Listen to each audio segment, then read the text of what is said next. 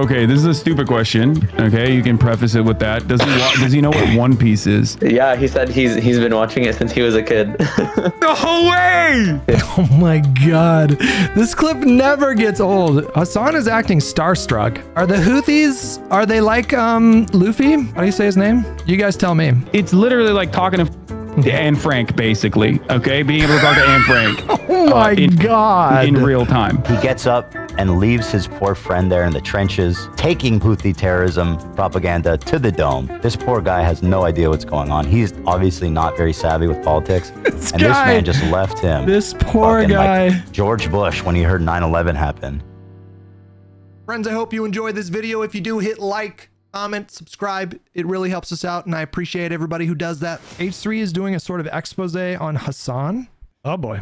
Now, I am fascinated with the Hassan H3 breakup. To me, it is fascinating because to me, it actually represents like a larger conversation that's happening. To me, it reflected a lot of like a lot of the discourse. Yeah. Much time with insane statements like this. He essentially covers for him and acts like ignorant. Chinese people, but one of the captain was Chinese, and he did caught with. Oh no, he's doing a Hassan manifesto. He's doing a Hassan manifesto. He has things queued up. He's got a structure. There's a cadence to it.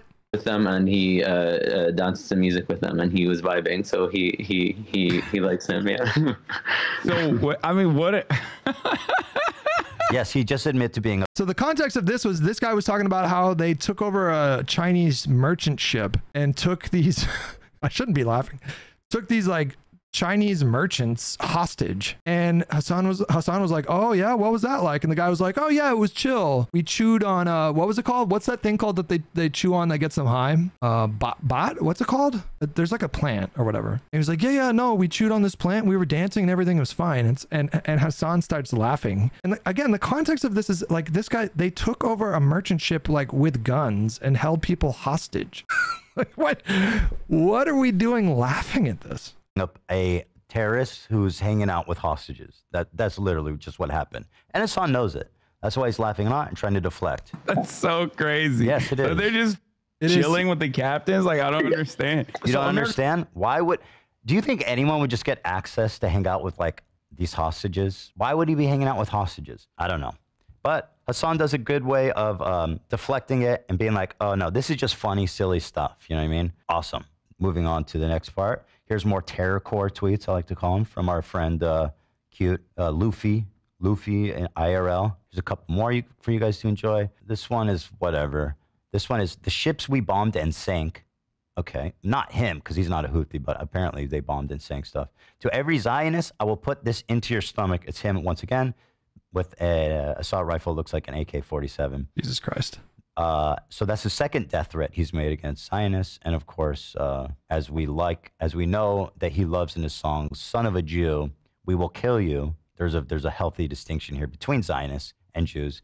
And therefore, why should I care at all? And and this is what I'm talking about with like the moralizing about Asman, right? Like, I do believe Asman deserved flack for what he said because it was crazy. Because it was not crazy. Crazy is like too dismissive. It was so crude. It was so cruel. You know what I mean? There was just such a lack of humanity to say the things that Asman said when he was saying them. But to moralize about Asmongold when you're glorifying, and you know what? This kid or whatever, he's a product of his environment, right? Like if I grew up in Yemen, in the neighborhood that he grew up, under the circumstances that he grew up, maybe I would have been a Houthi person or whatever. You can say that and say like, well, I don't think this kid is like intrinsically evil.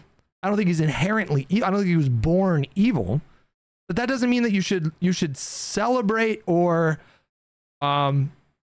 sanitize what this kid is a part of. Now, apparently people are saying that this kid is not like an actual like Houthi terrorist, but he sure does seem to glorify it. And, you know, I don't think that's very tight. And I don't think that we should like make jokes about that. It's just, it's not, to me, that's not funny, but whatever. That Hassan is propping up a dude who's threatening to kill Zionists, who clearly has no healthy distinction between the two. And he continues to blur the lines between people who say Zionists and people who mean like normal ass people who aren't like genocide committers, and opening the door to rampant, blatant, open anti-Semitism under the guise of using the slur Zionism, which has no meaning, no definition, because it's so broad, it's so nebulous, it means nothing. And it can be employed 1,000 different ways, 1,000 different people, and people use it just as a matter of fact, like everybody knows what it means. People started calling Bernie Sanders and AOC Zionists. I forget why, but they did something that everyone perceived as being pro-Israel or something, and now they're Zionists. And you know, it's like, well, I know AOC's not a Zionist. You know what I mean? But according to him, we need to kill her. We need to put her on a spike. We need to put AOC on a spike, kill her, shoot her with a gun. That's what Hassan thinks is not a problem. Moving on. So I don't. And like, I feel like the empathy only goes one way. So I feel like a lot of people like Hassan will make the point that if you grew up in, similar to what I was speaking about a moment ago, like if I grew up in the same town in Yemen where this kid grew up, maybe I would have been the same, right? But that only goes one way. And so like, if you imagine what it's like to be an Israeli Jew who lives close to Lebanon, the border of Lebanon, or lives close to the border of Gaza, and once a week there's an alarm that goes off because there's incoming rocket fire. It doesn't matter that they have the Iron Dome. It doesn't matter that they shoot down most of those rockets. But there's no attempt to empathize with Israeli Jews in that position for believing the things that they believe in. So like if you're an Israeli Jew and you're under constant threat of rocket fire from either the north or the east, maybe you would have a bad opinion of Palestinians. That doesn't mean that I think it's okay to like dehumanize people or excuse or even celebrate when like kids are being killed. I'm not saying that, but I'm just pointing out that it does strike a bit hypocritical to me. It does land as a bit hypocritical to me to only extend that empathy. When we're talking about like Hamas, how would you feel if you were in an open air prison?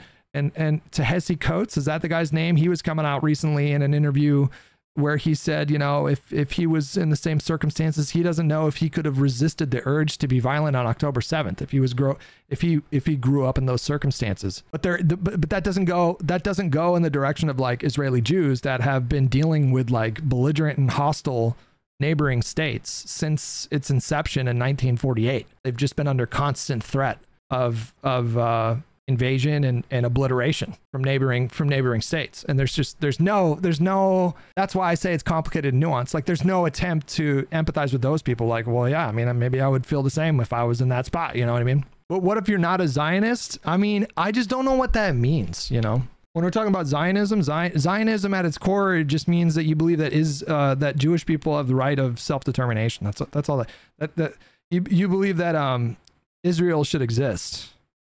In the context of like when it was born, when the state was born in 1948, that was following like 7 to 8 decades of a Zionist movement that itself was born out of like violence, discrimination, pogroms against Jewish people in Russia, against Jewish people in Europe. So yeah, crazy actions have consequences. Negative, sir. That's not Zionism. That's exactly what Zionism is. Zionism just. I don't know what Zionism even means in the modern era, because that ship has sailed. Like Zionism as being like, oh, you believe that that Jewish people should have their own state. That ship has sailed. It sailed. They have their own state. Israel exists. It is not going away. In fact, this is like one of the things that I loathe about Hezbollah and Hamas is they convince the people that they rule over that they actually have a chance of like destroying Israel, and they don't. They do not. They're never going to get rid of that state of Israel. And as long as like people keep believing like, well, if we just keep throwing enough rockets at it and throwing enough people at the problem, we can finally fix this like Israel problem. And it's like, at what point are you just going to accept like, okay, Israel is a state. It exists. It's not going away. I don't know what you think Zionism means, bud, but that is what Zionism means. But I guess in the modern parlance, Zionism means you support Israel unconditionally. I feel like that's how a lot of lefties use the word. I've never heard it described that way, but it sure seems to come across that way. When they say Zionist, I genuinely believe that they're talking about, yeah, like uncritically supporting Israel's like campaign of violence or whatever. Go to the Wikipedia page for Zionism. Okay. I mean, I understand that like in the modern parlance, colloquially, we're talking about people that just like broadly support Israel. But the original term Zionism had a really specific definition. Zionism is an ethno-cultural nationalist movement that emerged in Europe in the late 19th century and aimed for the establishment of a Jewish state through the colonization of a land outside of Europe. With the rejection of alternative proposals for a Jewish state, it eventually focused on the establishment of a Jewish homeland in Palestine, a region corresponding to the land of Israel and Judaism, and of central importance in Jewish history. Zionists wanted to create a Jewish state in Palestine with as much land, as many Jews, and as few Palestinian Arabs as possible. Following the establishment of the State of Israel in 1948, Zionism became Israel's national or state ideology. The term Zionism is derived from the word Zion, or Mount Zion, a hill in Jerusalem widely symbolizing the land of Israel.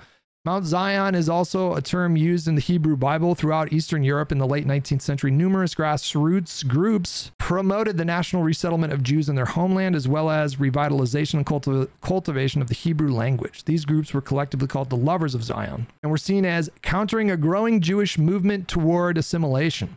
The first use of the term is attributed to Austrian Nathan Birnbaum, founder of the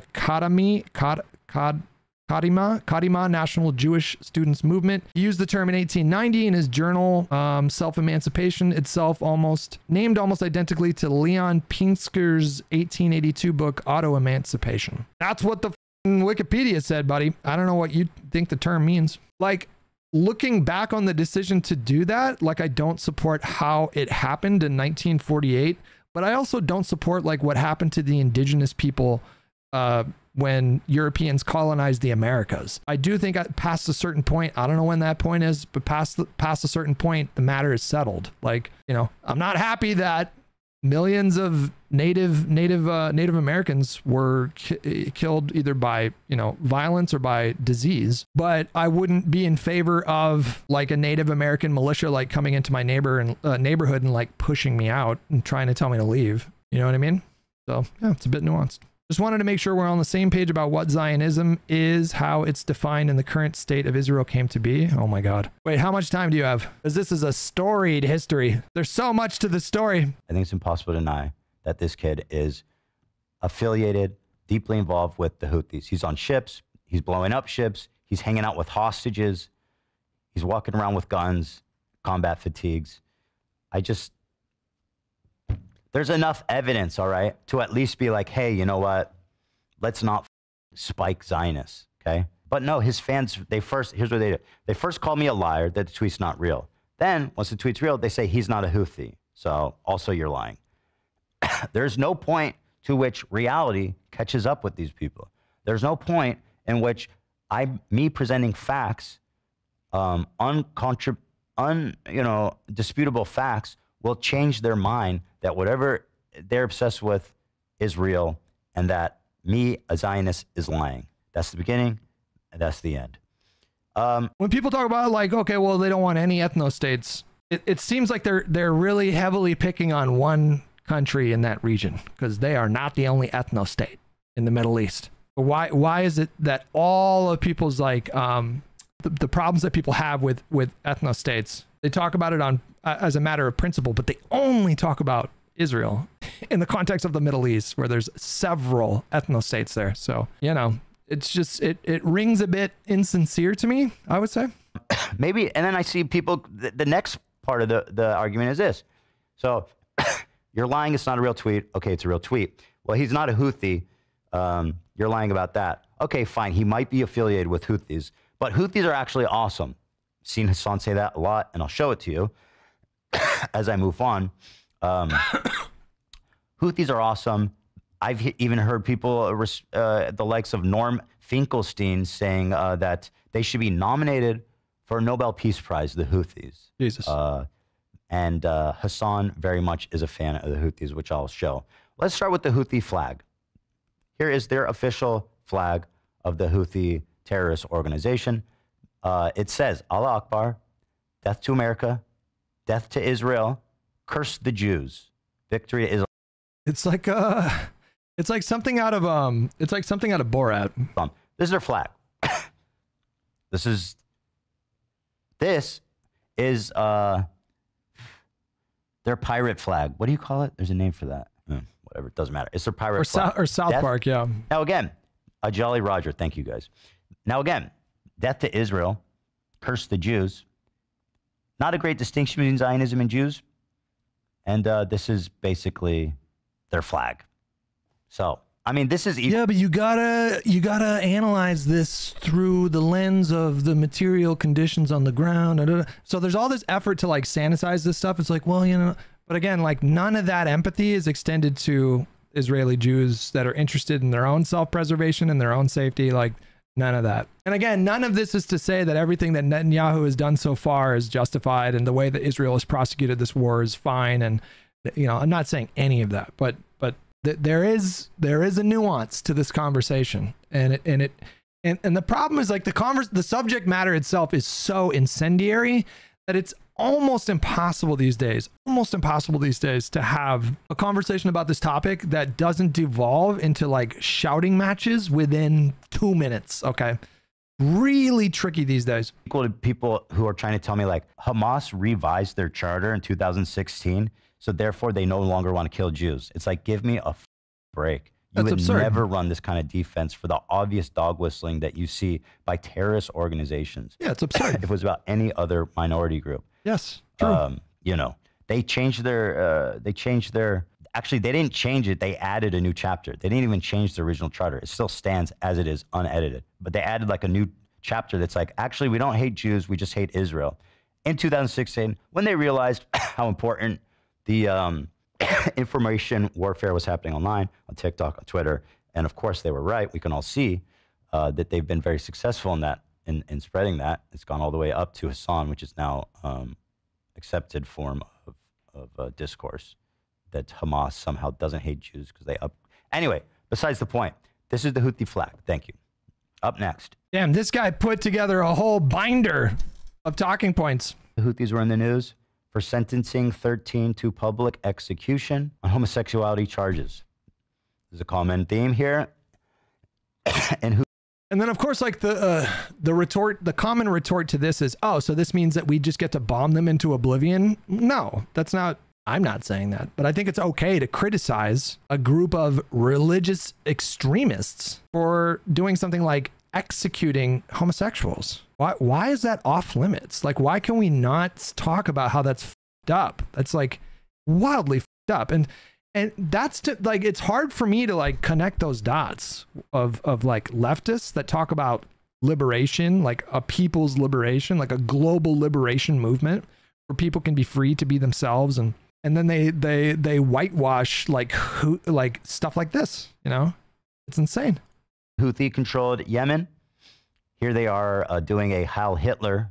Is there any other explanation for this other than just doing Heil Hitler?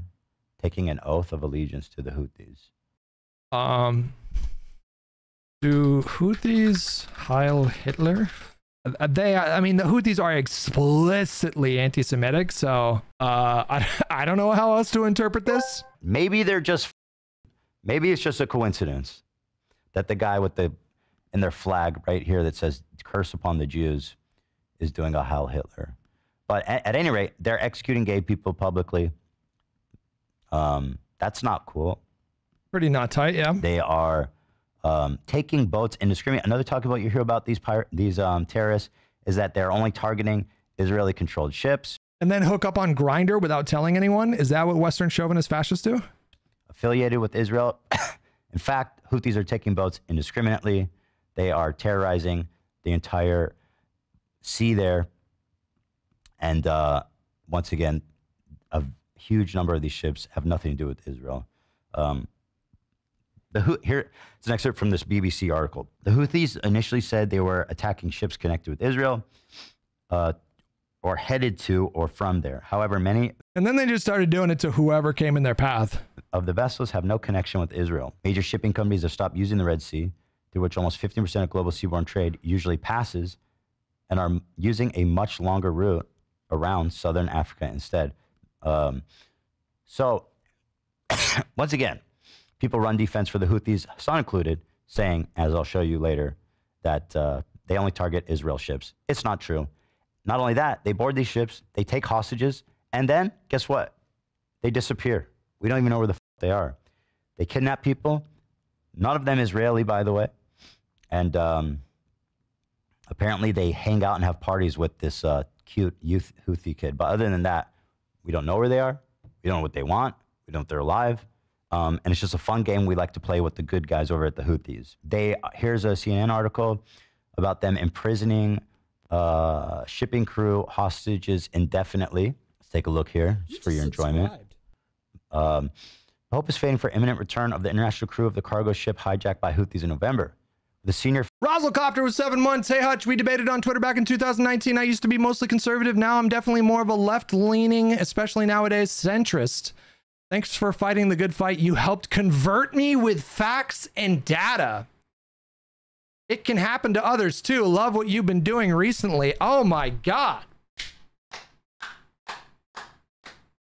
Can we just applaud me right now? Not this guy for going through like personal growth and all that, which is great. It's like great. Okay, but can we just applaud for me right now?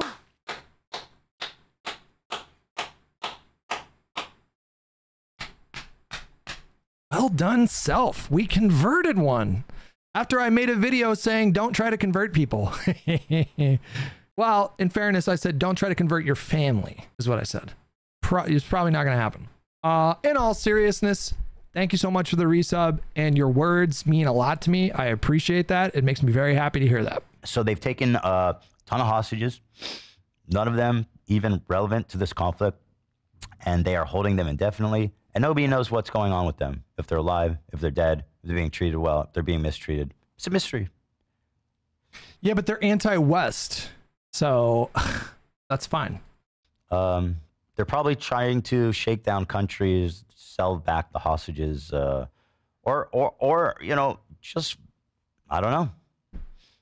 But that's what's going on with the great guys over at the Houthis, kidnapping random working class people from random countries. And by the way, may I say that crew is extraordinarily more multinational. I mean, we should be what a global workforce they have there. Here it gets better. The Houthis have been arbitrarily kidnapping aid workers helping in the famine in Yemen. There's a terrible famine happening in Yemen. Terrible, terrible humanitarian crisis. Wait, why would they do that? Why would they even do that? But the Houthis have decided to start arbitrarily kidnapping people who are there for ransom or what? To help the humanitarian crisis. They're charity workers, and once again, Sherlock, just like thank you, buddy. They're kind of just disappeared. They don't know where they are, what's happened to them, if they're dead, if they're alive, if they're safe. They just kind of took them, and that's that. This is a press release from the United Nations. Just to read a quote here. The targeting of humanitarians in Yemen, including arbitrary detention, intimidation, mistreatment, and false allegations, must stop. And all those detained must be released immediately, they stressed. Yeah. So they're not, frankly, trying to help the humanitarian crisis happening in their country. And it's tragic. It really is. These are not good people. In fact, they're quite evil, it seems. I hesitate to call people evil. I will say that some ideologies sure seem to be evil. With all that being said, I feel like I've established that the Houthis are a terrible group of people. Well, no, you did. I'm sure there's a million other things I could say about them. But Hassan interviews this kid who is almost certainly affiliated with Houthis and asks him a few hard-hitting questions. Let's take a look at some of them. Okay, this is a stupid question. Okay, you can preface it with that. Does he know what One Piece is? أول شيء بقول لك إنه ممكن هذا السؤال يكون شوي أهبل بس بسألك تعرف شو هو One Piece؟ عمرك سمعت ب One Piece؟ أكيد يعني منذ الطفولة وأنا أشاهد One Piece. لوفي. Luffy? Yeah, he said he's been watching it since he was a kid. No way! Oh my God. This clip never gets old. I swear. Hassan is acting starstruck. He's acting like he just met like Harrison Ford in a restaurant. And it's just like, I don't know what to say. That's sick. Yes. That's fire. That's so fire. Oh my God. We think the Houthis, Ansar Allah, is doing what Luffy would do. You should tell him that. Jesus. I don't know anything about One Piece, so you guys got to fill me in there. Are the Houthis, are they like Luffy? Luffy? How do you say his name? You guys tell me. So this is a meme. He's saying the Houthi pirates are like Luffy. Luffy, of course, is this irreverent, fun-loving, happy, lovable character who just wants to experience freedom on the high seas. And it appeals to youth, appeals to young people. And Hassan is working overtime to convince people that this child, who is a terrorist, not child, he's like 20. This kid who's a terrorist. Luffy fights tyrants. Gotcha. Luffy is branded a terrorist by the world government so they can be seen in a certain way. Gotcha. Is just like Luffy. Now, did Luffy like execute homosexual people and kidnap aid workers? Did he also do that? Correct me if I'm wrong. I've only seen halfway through One Piece, but I don't remember Luffy flying this Jolly Roger. Death to America. I'm just gonna say it.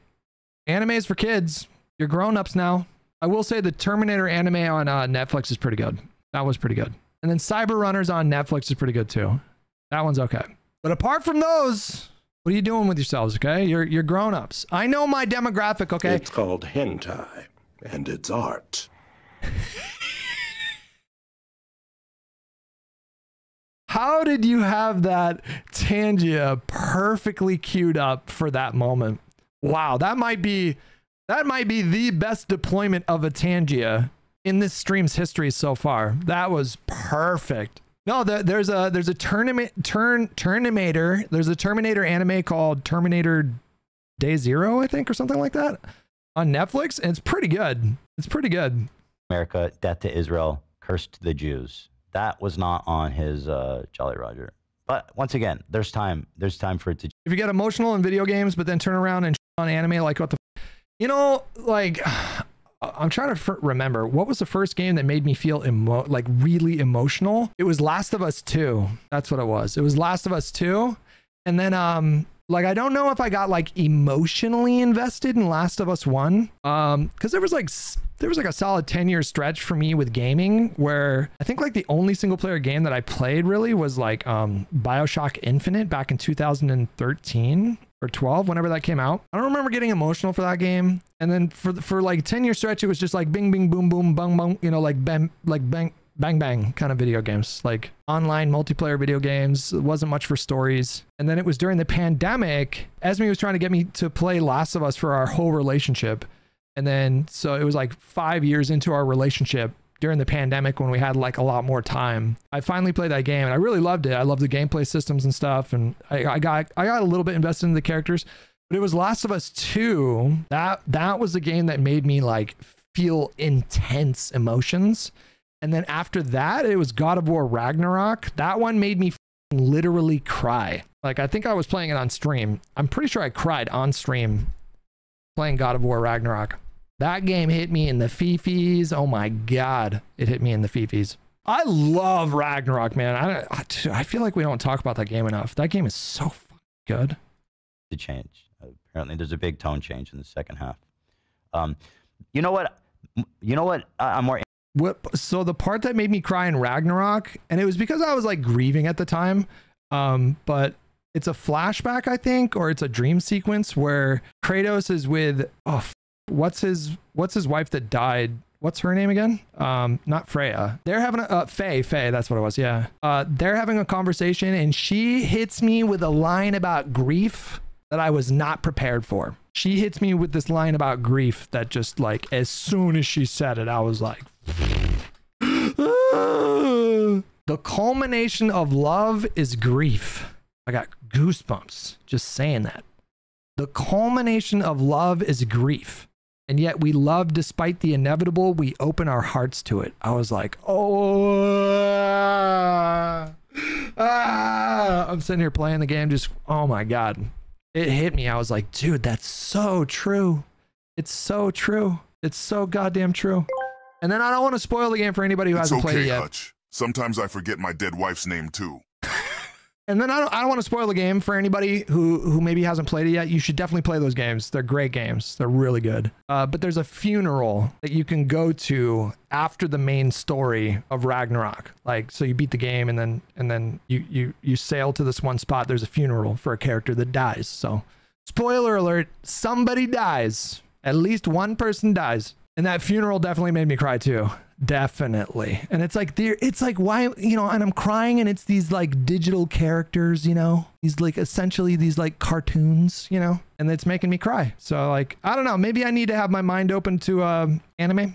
Interested in than sewing out that he's seen an episode of One Piece. The fact that he admitted to spending time with Chinese vessel hostages that were kidnapped by the Houthis, you know, that would warrant a good follow-up question. But it's unabashed pro-terrorist propaganda that he's chosen, and that is what we're witnessing. This whole interview is frankly disgusting, in my opinion. It's shameful.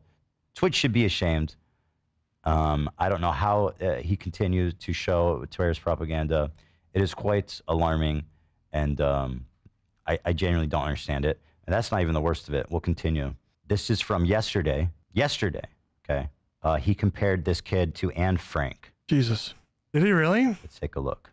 Is this from yesterday? Yeah. Timothée Chalamet? He compared him to Anne Frank? Yeah, it's from yesterday. It's a conversation with Asmongold. A teenager. Who I denounced, by the way, in the strongest terms. The man said insanely terrible things, accusing Arabs and Muslims of coming from an inferior culture is absolutely pathetic and something that I deeply disagree and oppose. Okay. That being said, in this conversation, this is what Hassan told him about the cute Houthi pirate. From Yemen, okay, who everyone called, myself included, called Timothée Chalamet or Chalamet. Is that the One Piece one? Yeah, exactly. Yeah. Now this kid is like, I think he was like 19 at the time when I talked to him, which means that for most of his life he has withstood, right? Sure. Like he is a person whose only experience is like, it's literally like talking to Anne Frank, basically. Okay, being able to talk to Anne Frank. Oh my God! In real time.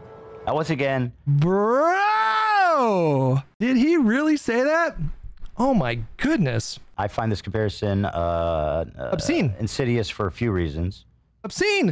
It's obscene. It's an obscene comparison. First of all, you can make the point that people are a product of their environment without invoking like Holocaust, like a terrible, like tragic Holocaust story. I don't remember this page from Anne Frank's journal, but again, it's been a long time since I read it. I don't recall this this picture of saying, you know, we will spike all Nazis through all Germans through the asshole and mouth and wish them a gruesome death. Wasn't in there, actually. Also, I find that conjuring of a Jewish victim of Nazi Holocaust. Yeah. Is a intentional play to further blur the lines of anti-Semitism and to try to take away from, try to exploit the suffering that happened on the Holocaust. How did Asmon get banned but not Hassan? I can't speak to that. I mean, it seems, I don't know. Has Hassan ever been banned? Was he banned, I think maybe one time for saying a C word that's a slur for white people? More than one time? What else did he get banned for? Very little or very short times. He was banned for the America Deserved 9/11. He got banned for that? Oh, well, fair play. What else did he get banned for? I don't know. I mean, like, it seems like I used to know a lot of people at Twitch. I don't know a lot of people at Twitch now, but when we're looking at like the region of where Twitch HQ is, which is like downtown San Francisco, if we just take a look at that region, it's going to heavily skew to the left. And I think we know enough now to know that there are a lot of Twitch employees that love Hassan, but to me, it's an unequal application of the TOS to ban Asmon for the that he said, but not a lot of like other lefty creators that have used, quite frankly, like unhinged, insane rhetoric when talking about this conflict. and directing that rhetoric at like Israeli Jews. And they're just, I don't know if any of them have any of them ever experienced a consequence for some of the crazy stuff that they say? Cost, once again, not related to Israel at all, to somehow this Houthi kid. He's cheapening what happened to Anne Frank, frankly. Yeah, you know, of course. This kid, I'm sure, grew up in terrible conditions. There's no doubt Yemen is in a terrible state.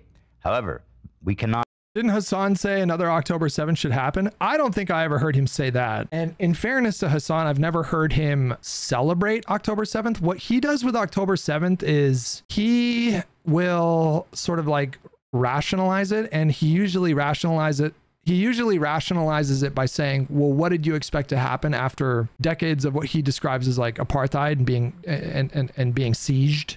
When we're talking about like Gaza specifically, he was in the chat when Second Thought was doing that podcast that he does with that other guy, and they were saying that there's no such thing as Israeli civilians. Like, I think Hassan at some point has said like, well, yeah, there are baby settlers. He really waffled when he went on Piers Morgan, and Piers Morgan asked him if he condemned Hamas. Like, they treat it like it's this meme. Like, oh, are you going to ask me if I condemn Hamas? And it feels like a really relevant thing to ask someone. If you're going to have a conversation about this conflict, it's a totally relevant question to ask someone. Like, you should get a few questions out of the way. First of all, do you think that Israel has a right to exist and defend itself? Do you think that, or like, do you condemn Hamas? I mean, you could also ask like, do you condemn Netanyahu? But they treat it like it's this meme. Like, oh, are you going to ask me to condemn Hamas? It's like, well, do you? I don't know. Do you? And a lot of these people seem to think that like when we're talking about Hamas, we're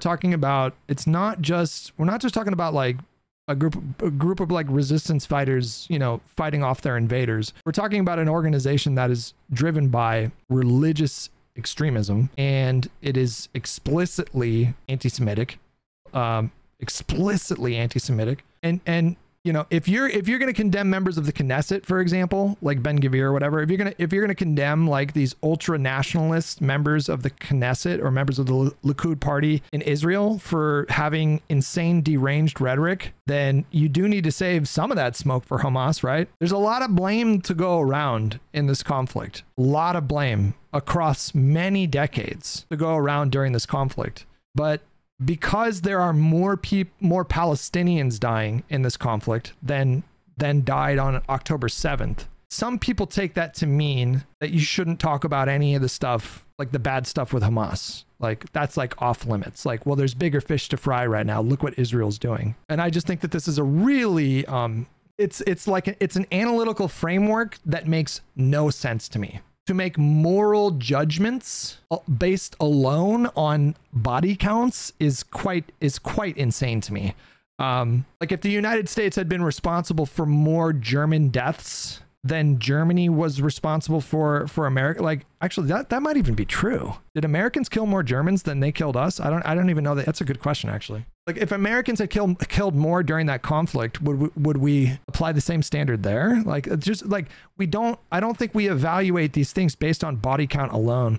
It doesn't mean that body count is an irrelevant thing to consider or whatever. It doesn't mean that we shouldn't pay attention to when civilian populations suffer during a conflict. I think it was Howard Zinn that wrote that wars are always wars against the poor. It's always poor people in every country that suffer the most whenever a war happens. Every single time. That maybe the Cuban Revolution. I don't know. Do you call that a war? It doesn't mean that we should ignore those things, but because more Palestinians have died, that doesn't insulate Hamas from critique or condemnation at all. It's just a silly proposition to me. It's just a really silly way to look at it for me. We don't, as society, as a species, while we can appreciate where people came from and why they turned out the way, it will never excuse violent, hateful behavior, right? Yeah, that's exactly right. We all understand that. We all know that. Yeah. Anne Frank was innocent girl who was whole family, including her, except her dad, was murdered by the Nazis. And once again, as I say this, I know people are thinking, oh, well, what Israel's doing to Gaza right now. Once again, I remind you, people who are trying to convince me and others that Zionism has nothing to do with Israel or nothing to do with Judaism, I would remind you to take a step back and wonder, why is it you're thinking that? Because The Nazi Holocaust has nothing to do with Israel. It has to do with Judaism. So why am I being told not to care about this? Because of what's happening in Gaza. Make it make sense. Please. I don't get it. Yeah, I don't get it found either. This, honestly disgusting. It's vile.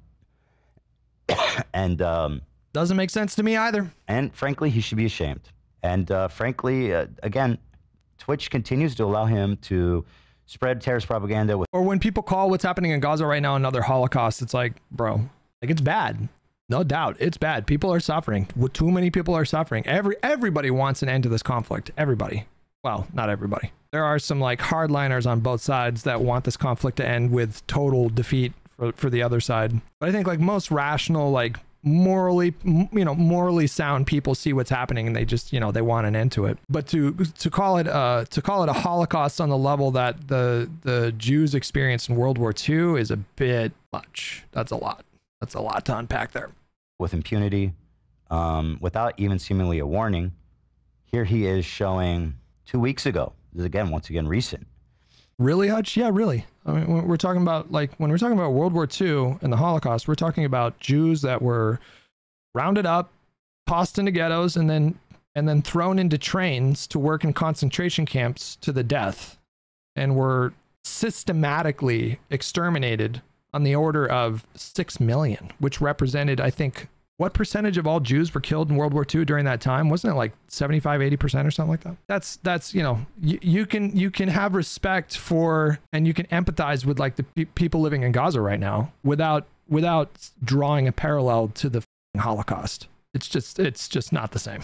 If you say that, you'll get these like leftist content creators that will come after you and accuse you of like not caring about anybody in Gaza, not caring about Palestinians. In fact, you want them to die. In fact, you're genocidal because you're just not comfortable using that word.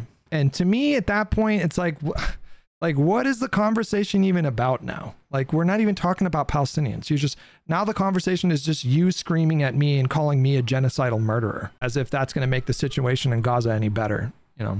It's all, to me, it's all very performative. It's all looking for like virtue bucks on the internet. And I don't buy into it. Shows Houthi terrorist propaganda video, the kind of stuff that kind of reminds me of like Al-Qaeda and ISIS propaganda videos that they would put out. That's just like, well, I'll show it. Here's Hassan. And once again, if he's commenting on it, if he's critiquing it, that's one thing. But he presents it and he walks out of the room. He presents it with zero critical analysis, just a full-on endorsement of this terrorist organization right here on Twitch. Now, I don't know if you remember, but basically this is what caused the apocalypse on YouTube, is that ads were showing up next to ISIS videos. And here is Hassan, their darling creator, who has tons of ads running on his channel.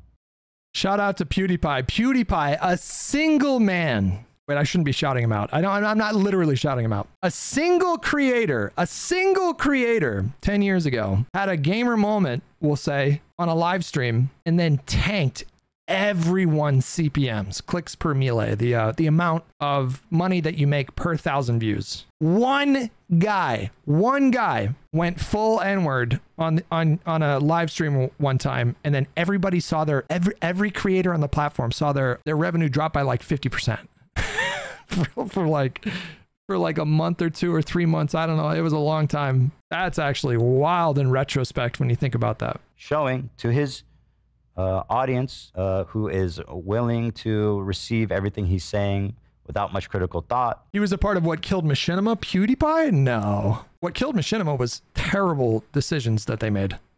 They just squandered. Like, Machinima in competent hands with competent leadership could be like, oh my God, it could have been worth so much money. Like, Machinima legitimately could have been worth billions of dollars. They had such a early advantage. It's like the Patriots versus who did the Patriots up that game against? Was it the Falcons or whatever? It was when the Patriots it's like going into the second half of that one Super Bowl when the Patriots were was it the Falcons when they were down like 28 points? Like, Machinima had such a stranglehold. Like, they had such an intense kind of like monopoly in the beginning, and they just started they started making these deals that were like good in the short term, but where they were just destroying our credibility.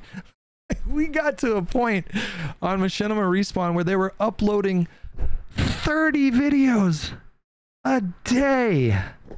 30 videos a day, and we're like getting ready to do our Machinima Respawn episodes, and we're just like, what are we even doing? These episodes are just gonna get buried. I mean, it was so intense. They were just like, their logic was just like, more videos, more number go up. More videos, number go up bigger, number go up faster. We need the number to go up even faster. More growth, more growth, more growth. It was like textbook tech company failure, just like this, seeking this infinite growth, you know, trying to acquire all this like VC money, all these investments. You know, we got to get these numbers up so we can attract more investors.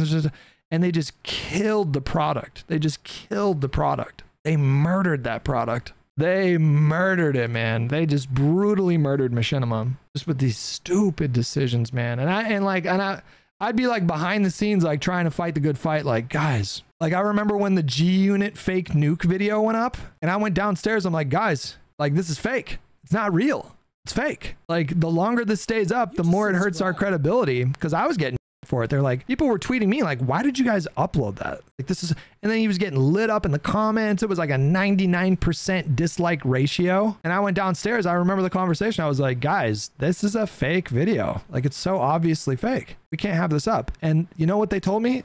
They were like, yeah, but look at the views. I was like, oh boy. And that was like the first inkling. You know, this wasn't a suit. I mean, like this was, you know, I don't want to say who it was, but they were just doing their job, and they're in their defense. Like they were just doing their job. They had a directive from the suits above them, but bro, that was the first inkling where I was like, oh, wait a second. Because in the beginning, they were actually kind of like smart with it. They were like, they just got out of the way, and they didn't try to, you know, they didn't like, we had on Respawn, we had total freedom. We had almost total freedom. There was one video that got like the suits stepped in and they were like, no. I don't know if I should tell you the story, but I think I'm going to anyways. I might have already told you the story. You guys want to hear a story? This one's a good one. It's a Sark story. It's a Sark story, okay? So it was an episode of Respawn, and I think like we were doing a gag or whatever where we were walking around and asking people like what their least favorite word was. And Sark...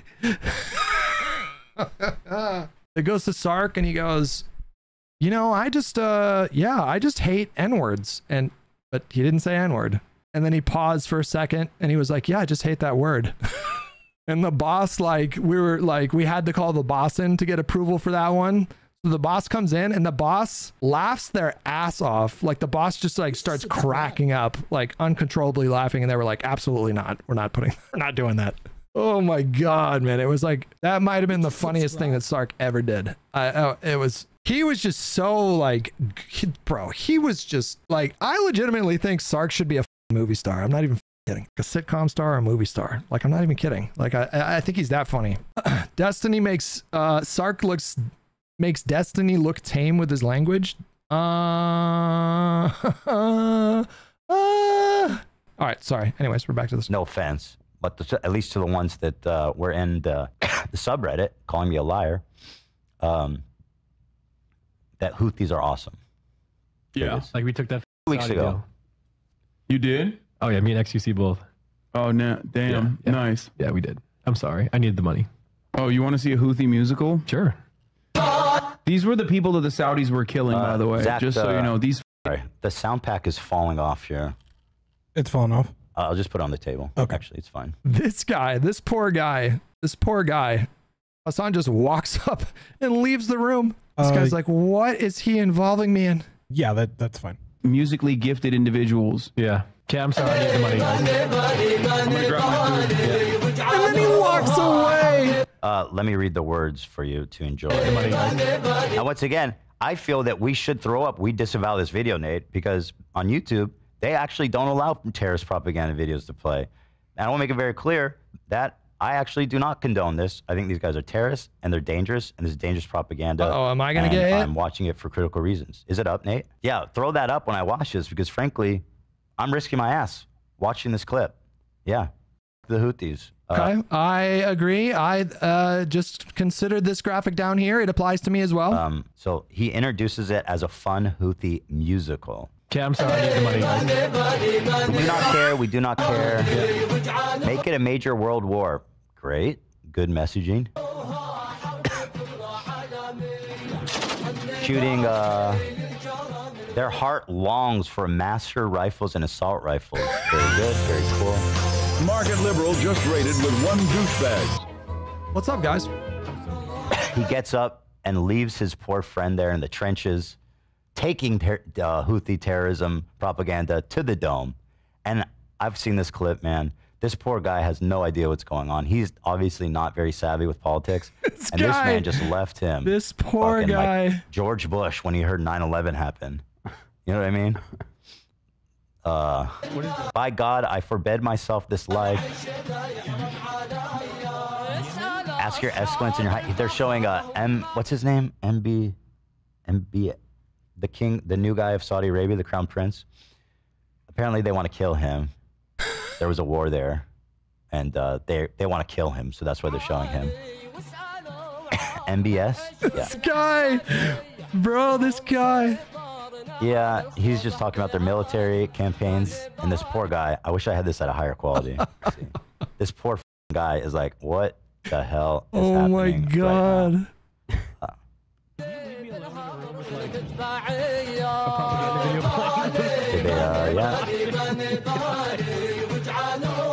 By the way, notice the age of these kids dancing with guns and rifles and the how old would you say? Man. Oh my God. It's so perfect. Content in 2024 is just on another level.